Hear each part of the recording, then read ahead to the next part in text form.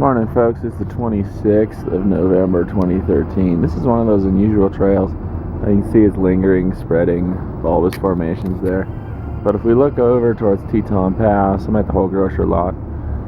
Just notice that shadow out in front of it. It's super weird. I still don't have an adequate explanation for that phenomenon. I'm pretty sure that the sun is not directly behind that plane, but you can see it leaving that big shadow out front.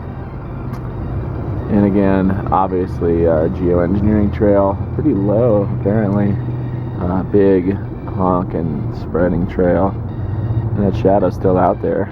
Gets me wondering, what's your thoughts? Peace.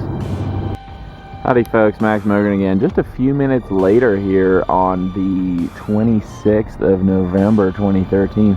It's about 10 a.m.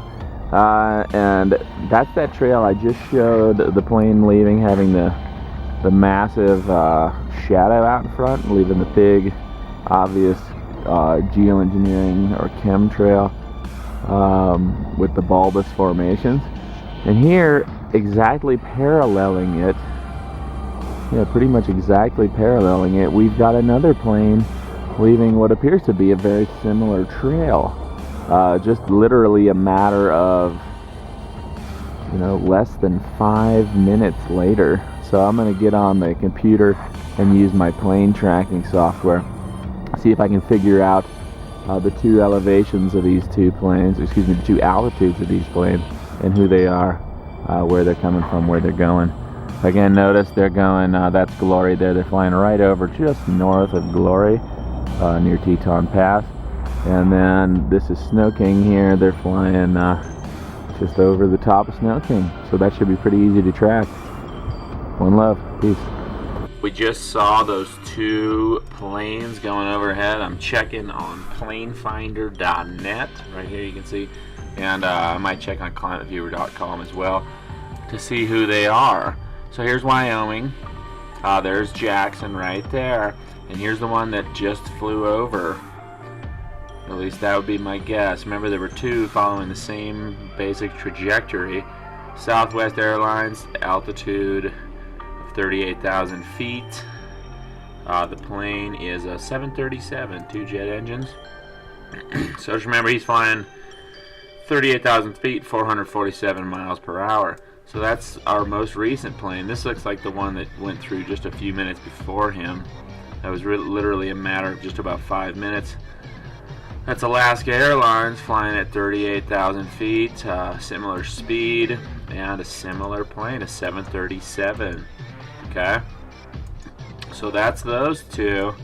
Notice, boom, 38,000, right? We got that one. Southwest going from Denver to Seattle.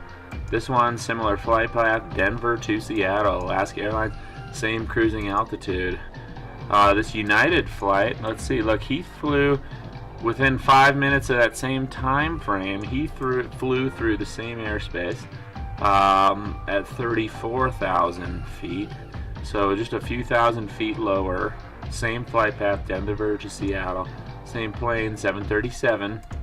But left no contrail, no lingering contrail whatsoever. Just a few thousand feet of difference there. And that one's still on the ground. But just interesting to know who's leaving those lingering, spreading trails. Looks like we've got Southwest Airlines flight number WN3264. Left a lingering, spreading, nasty trail with bulbous formations off the bottom at 38,000 feet.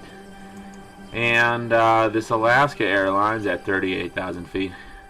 Again, it might not have been these planes. It could have been, those could have been unlisted planes as well.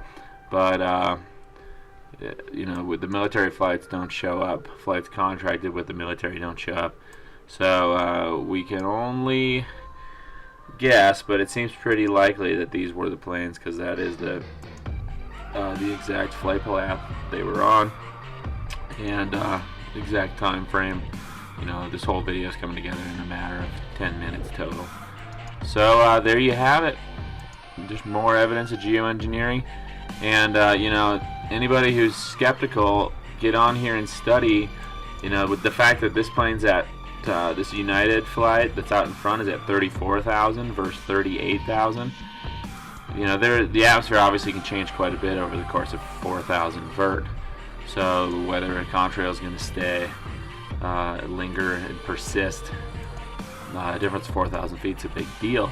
But if you study this enough, you'll find planes flying through the same airspace at the same time, at the same altitude, and one leaves a big massive spreading trail, the other one leaves a normal airplane contrail, dissipates quickly. So there you have it, folks. And people who think, oh, the airplanes have no impact on our climate, look at that. Look at all those planes. 10 to 12,000 in the sky, 24/7, 365. Of course they have an influence on the weather and climate. One love. Peace.